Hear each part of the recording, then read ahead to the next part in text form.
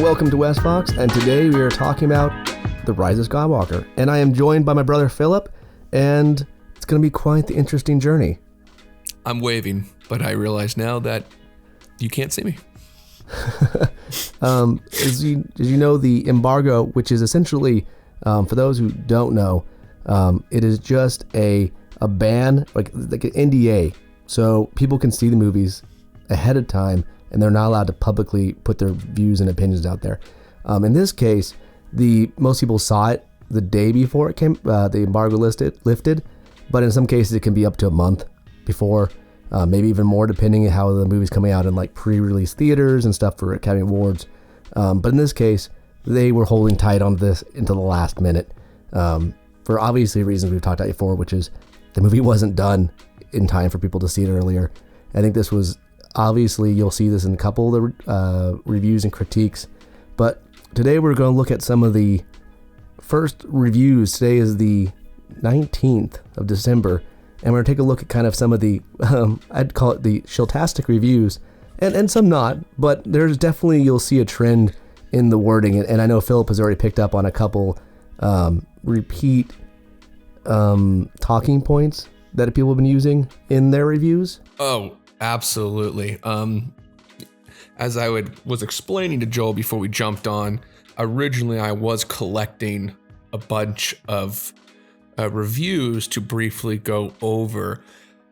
By the time I got through my hour of reading through some of these just painful comedic, you would think they look like parodies. If they weren't taking themselves so seriously, it would be a farce, a sketch. I started to recognize, it's not worthwhile picking through every single one of these, because while they may have minor changes and differences in how they skirt the issue of how terrible this movie is going to be, they all do the same thing. They lay it at the feet of fans, and they all use the same terms and or synonyms for terms. And the four words that really come out throughout the entire thing are nostalgia. I think one article even used the term 12 times, and there was like a 2-paragraph review. Fan service was another big one that was used. Things like undermining or selling yourself short, which was in regards to JJ, as if he felt cowed by the fans. Clearly not true. And then the last one, which comes around for the same kind of near nostalgia, the reference to past glories, to past Star Wars greatness, to this mythical legend that could never, ever, ever be met in the fans' minds. So once those people put those preconceptions away, then they could find themselves enjoying these films. And of course, all their arguments are undermined by the fact that they would use double-sided language. It doesn't make a lot of sense. It's kind of mixed up, but it's still an entertaining movie. We all know what that's code for. I want Disney to love me. I don't want to get in trouble, but I also don't want to lose complete credibility with everyone else who reads my stuff. So you get this milky, mealy-mouthed response. Yeah, and I think the other one that I've seen a lot of, which is kind of the rewriting of George Lucas's intention with the original movies. I keep seeing things going like, oh, George Lucas meant this, and he meant this, and meant that. And considering that was almost 40 years ago, I think is bizarre statements that people are putting out there. And also the fact that, knowing what documentaries have put out there regarding the original trilogy, how much work was done by the team of people. George Lucas was the creator and inspiration, but it wasn't a one-man effort. And there was a lot of people, both his wife at the time and other huge amount of people influencing the final product that made it the amazing movies that they were. So to be like, oh, this was the 100% intent of the original, we know that's not true, because it was an evolution over time of the creation. And so I find that another interesting trope. So we'll hit right into kind of some of these first ones.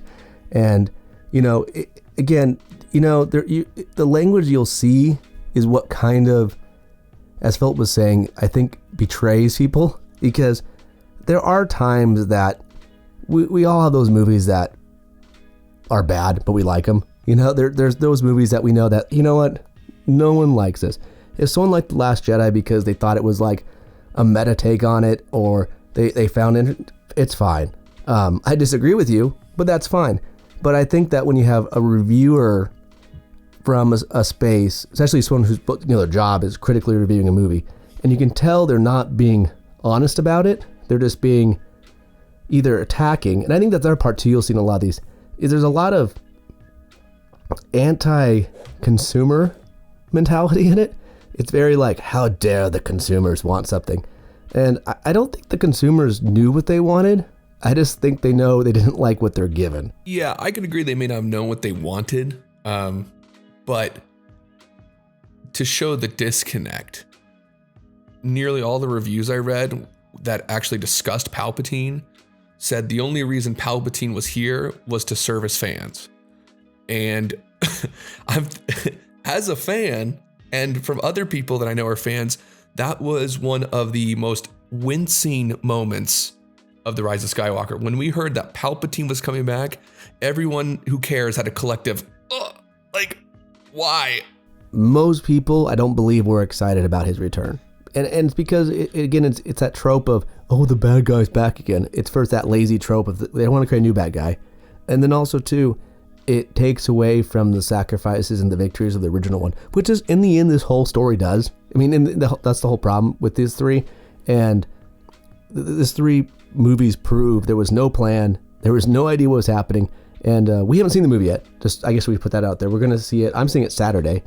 I don't know when you are seeing it, Philip. Friday afternoon. Cool. So we're going to discuss it Sunday and kind of let ourselves process, because what we have heard is that this movie is, that's, I guess I should also prereq is this is probably one of the few movies that have ever just kind of looked for spoilers, because I'm not a huge fan of getting spoilers for a movie. I'll intentionally avoid them. I don't like spoilers for movies. This is probably the first movie I can ever think of that I have actively looked for spoilers, or even willing to watch a spoiler review. I will not, I have some of the favorite reviewers on YouTube that I watch, and I will not watch their reviews until after I've seen the movie, because I hate getting spoiled. And this is one of the few movies that I'm like, just give it to me, because I can at least walk into it going, I'm at least gonna be able to walk in there and go, yes, that spoiler here, just in case you're listening to this. So, jump ahead 30 seconds. That Rey is insanely OP and goes full Avatar state. We called that so long ago. And I think we talked about that at least, we just started this YouTube channel recently, so we brought it up on it. But I think we had talked about at least 6 months ago. It was when the first teaser came out. So I think that was 6 months ago when the line says, you have all the fast Jedi inside of you. And it was like, and so I think that... Master Roku? Is that you? Yeah. So there's so many things like that. But I guess we'll just get into it so you're not sitting here all day listening to us jibber jabber. So starting off here, it's like watching, by Michael J. Cassie, it's like watching a runner trip mid-stride. And I feel like that was the last movie description. So, I mean, I agree with, it's clumsy and falls flat, Like at The Force Awakens, like when he picked himself up from falling after that and then totally crashed in a dumpster for The Last Jedi. Where's the mid-stride? Are you kidding me? The next one here, this is where it kind of goes in that George Lucas thing for Peter Bradshaw. It's such fun, full of rackety exuberance of the now forgotten Saturday mornings movie series that were an influence on George Lucas. And I have no idea what influenced George Lucas. But I don't feel like the original movies were a comic relief movie and full of rackety exuberance. Well, not only that, it's reducing. Okay, just because he got inspiration from those serial movies and they got inspiration for the text going up the screen, it doesn't mean that's what he was making. That's not the genre that was being formed. Like you said, it wasn't a campy, cutesy, let's move around the planet in the black and white. He was trying to make something that would last the test of time, a real legitimate legacy. Just because he used that as material to kind of set his framework. Why, there's a reason that those shows are not still around, right? Nobody goes back and watches those shows. You know why? Because they were for that time period, and then people grew out of them. You know what they didn't grow out of?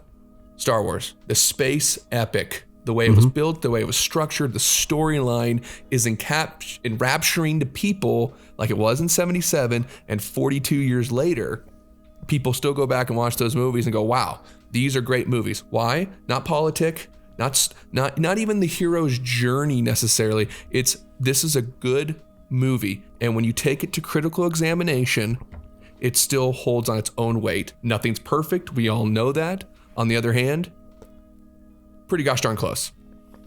No, and this next one by Jason, I'm not going to pronounce his last name because I will mess it up. Escamilla. That's probably a pretty good pronunciation. So spectacular growth in early developed characters, delivers on epic action, includes a great saga that has spanned decades. I would grin. I think saying that any of these characters were already developed is dishonest. Action-wise, this movie sounds like it's 4 movies pushed into one, and it's nothing but cut. So I'd say maybe. Remember, according to Rian Johnson, Poe and Rey just met at the end of the second film. Correct. Yeah, even though they were in the same room together on the end of the previous film. But, exactly. Details. That's what happens when you meet someone for 5 minutes and they fly off to a planet to go find the savior of the universe that apparently no one else wants to find, just Rey, including his sister. Right. No big deal.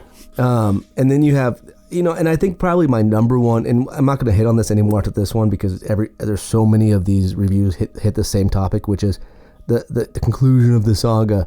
I don't care, and that is that's kind of into such a branding piece, and it's so stupid. This is not a conclusion of the saga. The saga ended decades ago.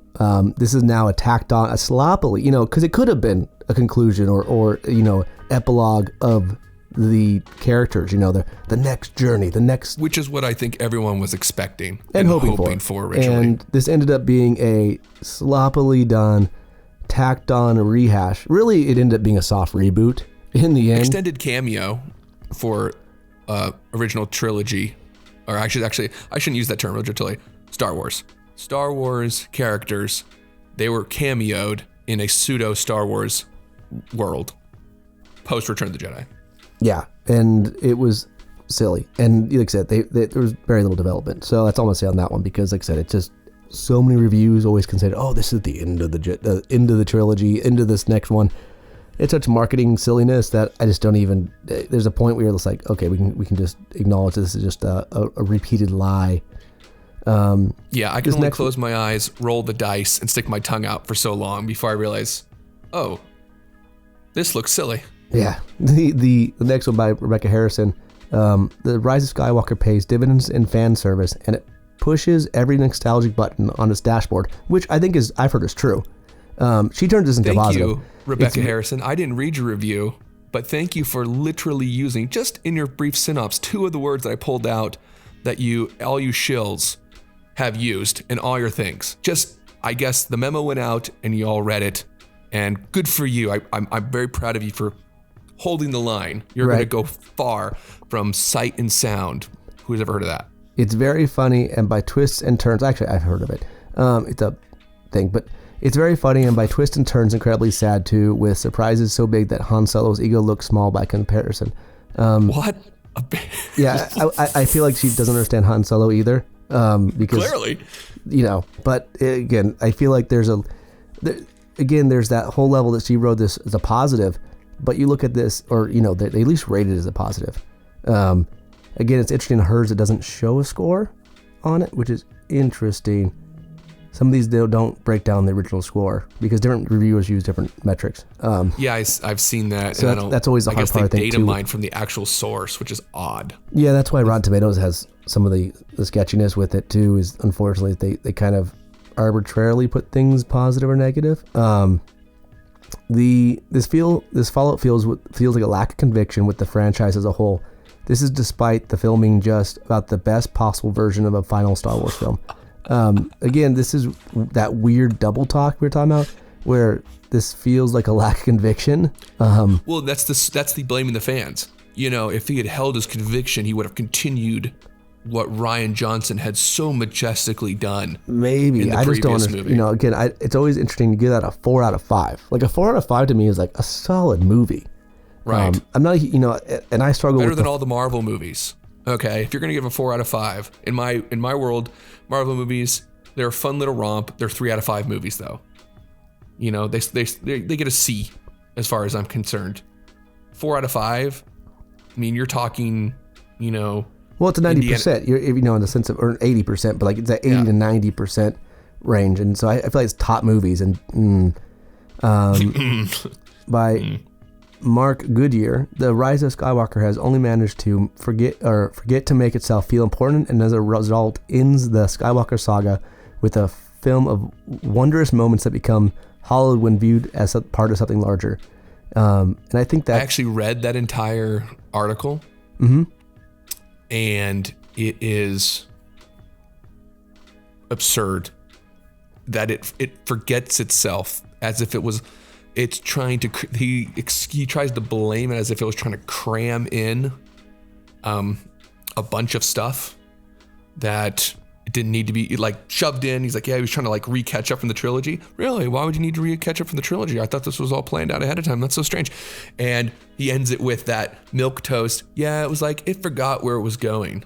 No, it didn't have a place to go. It started in nothing and it ended in nothing. Mm-hmm. And using that, again, using vapid, empty language just goes to show that these guys can't pinpoint how to protect their position as sources and credible information, and yet not get hammered by Disney. Because Disney wants influencers. They want people that people actually listen to, but they also want to make sure that the people listen to do their bidding. It's a weird dynamic. And I think this you only next played one, the game for so long. No, it's true. And I think this next one is interesting. I've just switched over to top critics now just because just hit some of these guys. 'Cause I think there's some interesting ones when I was looking through these.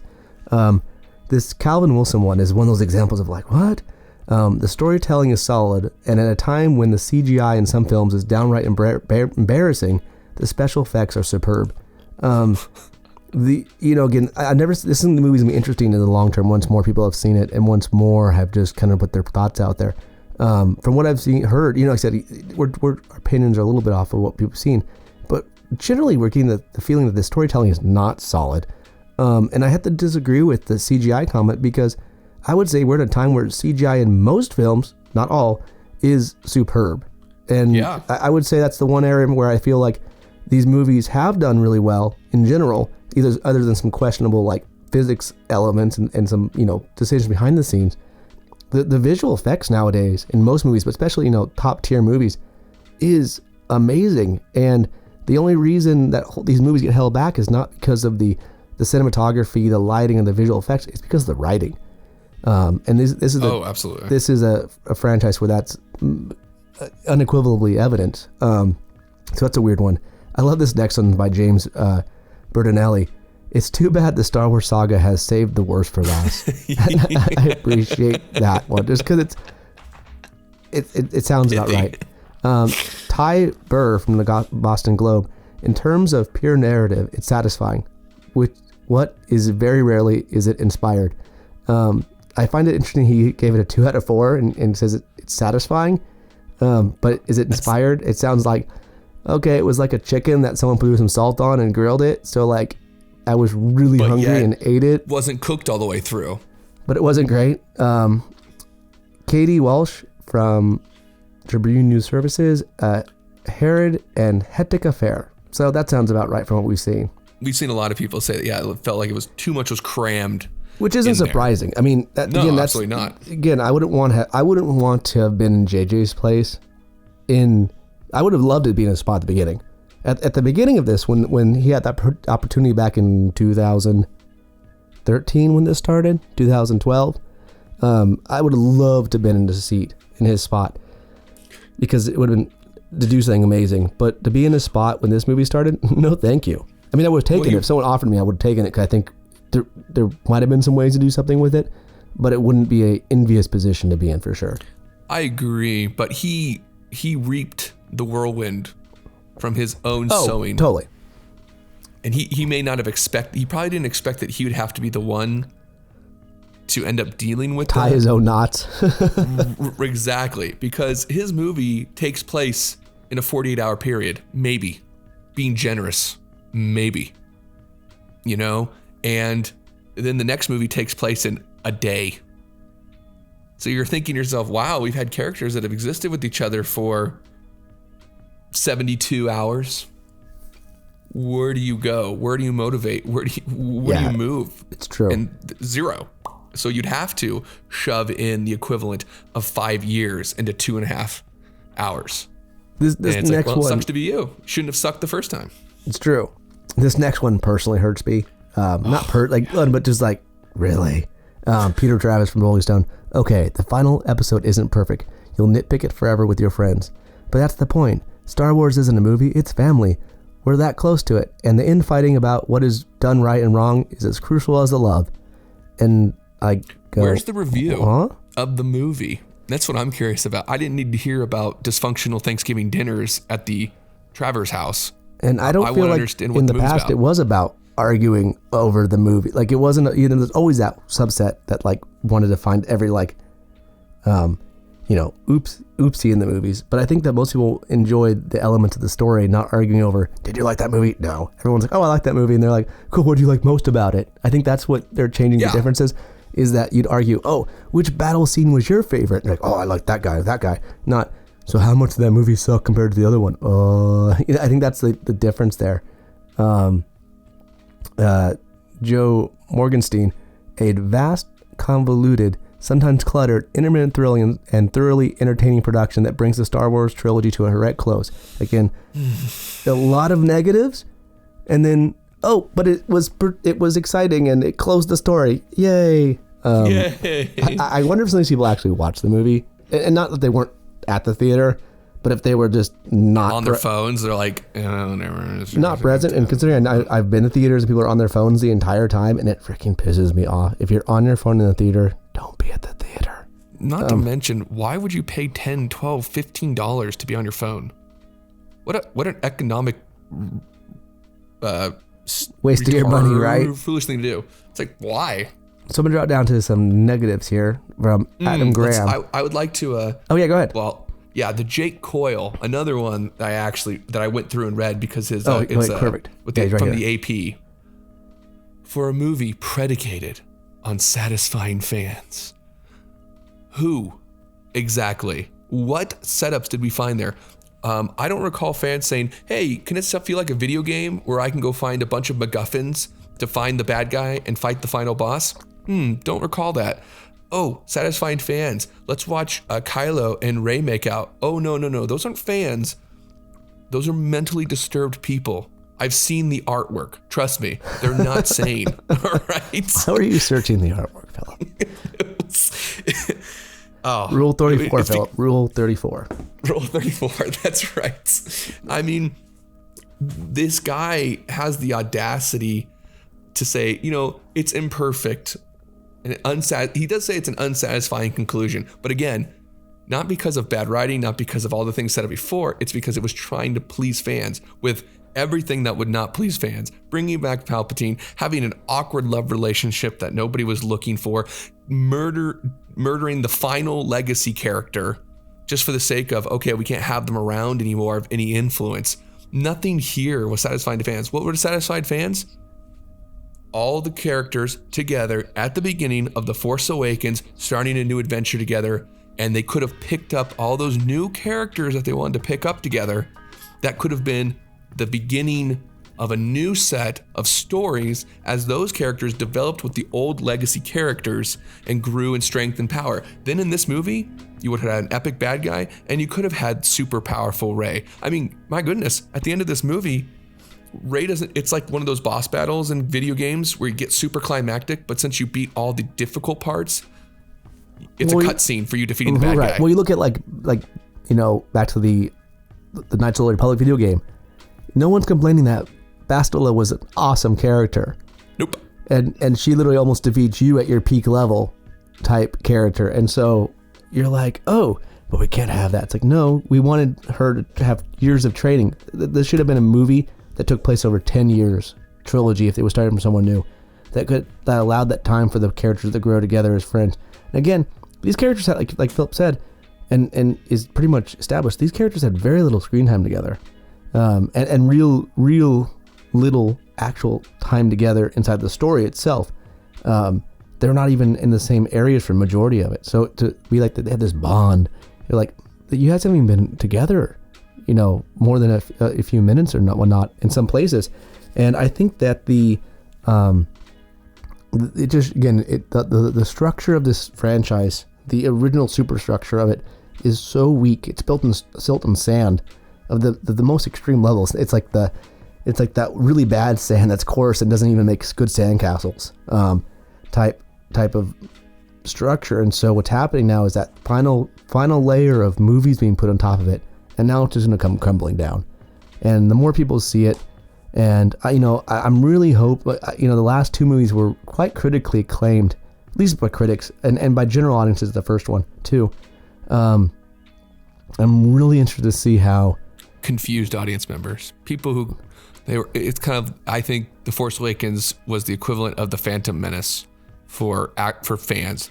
It was just nice to see Star Wars, but as time takes its toll, they'll look back at it and go,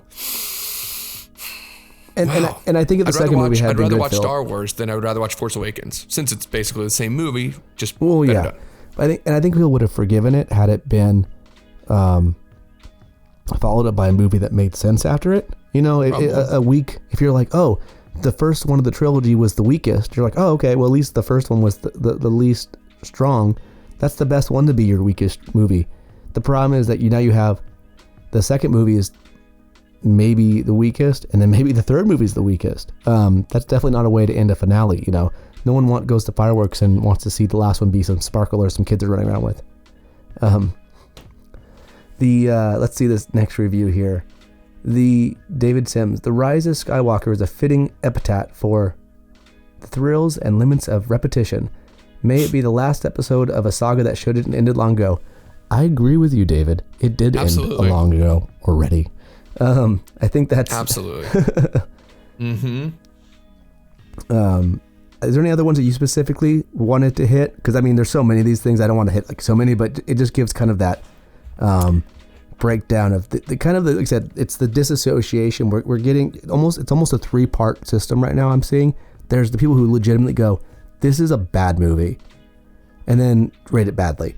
Then you have this other group that says, I don't like what the movie did, so it's a bad movie. And then you have this other group that says, I didn't like that it spit on Rian Johnson's movie, so correct. It's a bad movie. And then there's another one that says, it's not really good, but it was like entertaining in quotations, so it's good.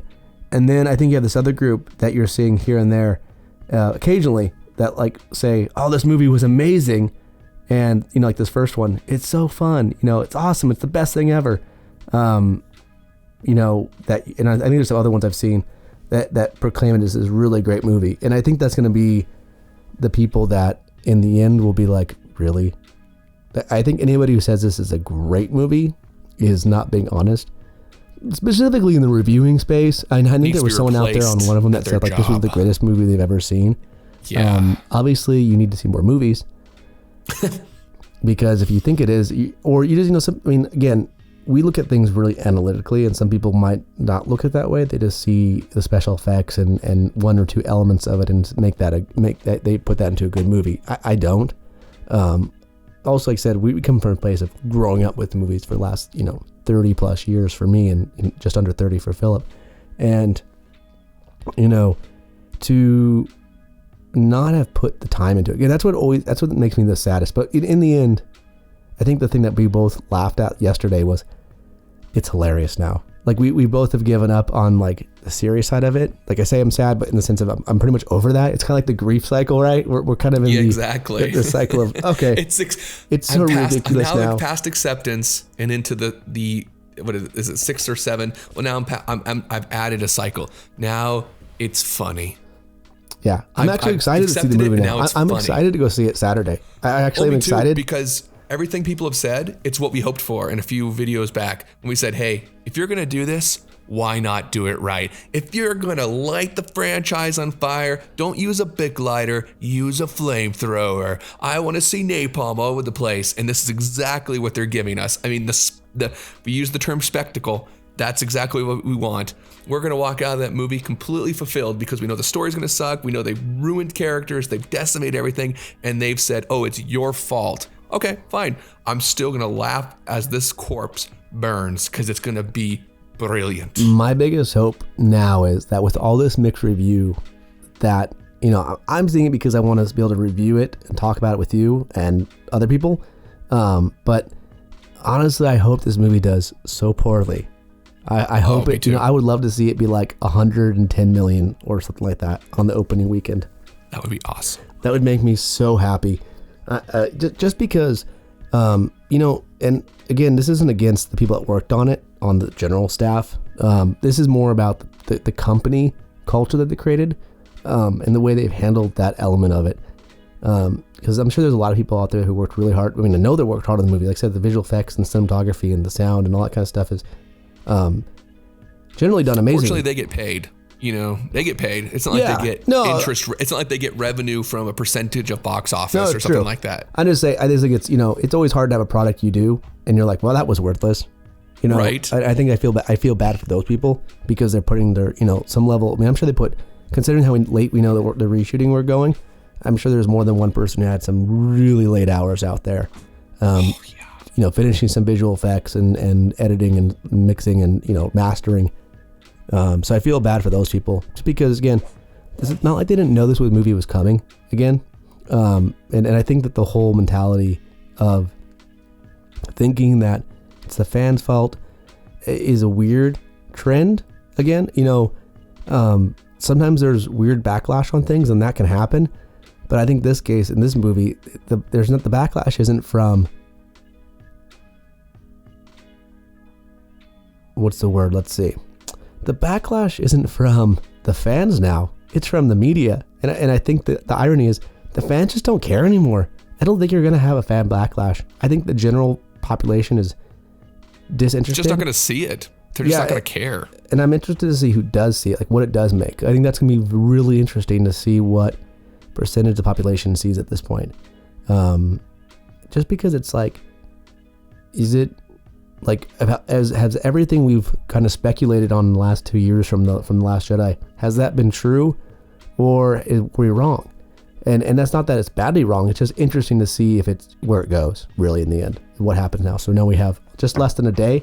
The movie comes out tonight, technically on some markets from a small level, but full release tomorrow. One thing I would say that I hope people at Warner Brothers pay attention to, and your accountants, I hope you guys take the time to look back over JJ's contract and decide to yourselves, is it better to write off a break of contract and just put that in an allowance in your balance sheet somewhere as unfulfilled obligations to a tyrant? Because if you don't, you're going to watch what little you've built in the DC universe go up in flames. And I hope you're watching this movie right now and thinking to yourself, Zack Snyder's not looking so bad after all, after seeing this, you know, maybe, you know, he gets a lot of crap. And again, I liked Man of Steel. The only parts I didn't like about it were the weird Catholic, am I a savior? Am I going to be someone overtones kind of weirdness? But as for a general movie, it's actually not half bad for Zack Snyder's a good movie. visual director. And I think I agree with you on the going to the JJ part. I think that's a pretty valid question. I'm definitely, I was surprised when they did that whole offer to him, just because I can't believe. And I also think it's why we saw the producers from Game of Thrones disappear from the franchise too. I think they saw the dumpster fire that was coming. I'm sure they got a little bit of information on the back end, and they went, "Good, hands off." I think they saw what was happening, and that was why they bolted over to Netflix. Yeah. Who? Those guys? Benioff and Weiss. Yeah. Benioff and Weiss? I think that's why they bolted. I'm pretty sure they got fired. I'm pretty sure. I can't remember who hired. Was it WB who hired them too? And they're like, you know what, JK? Netflix. Well, they could have got fired too. They could have got fired off thing, but I think that it wouldn't surprise me now seeing how disaster it is over there.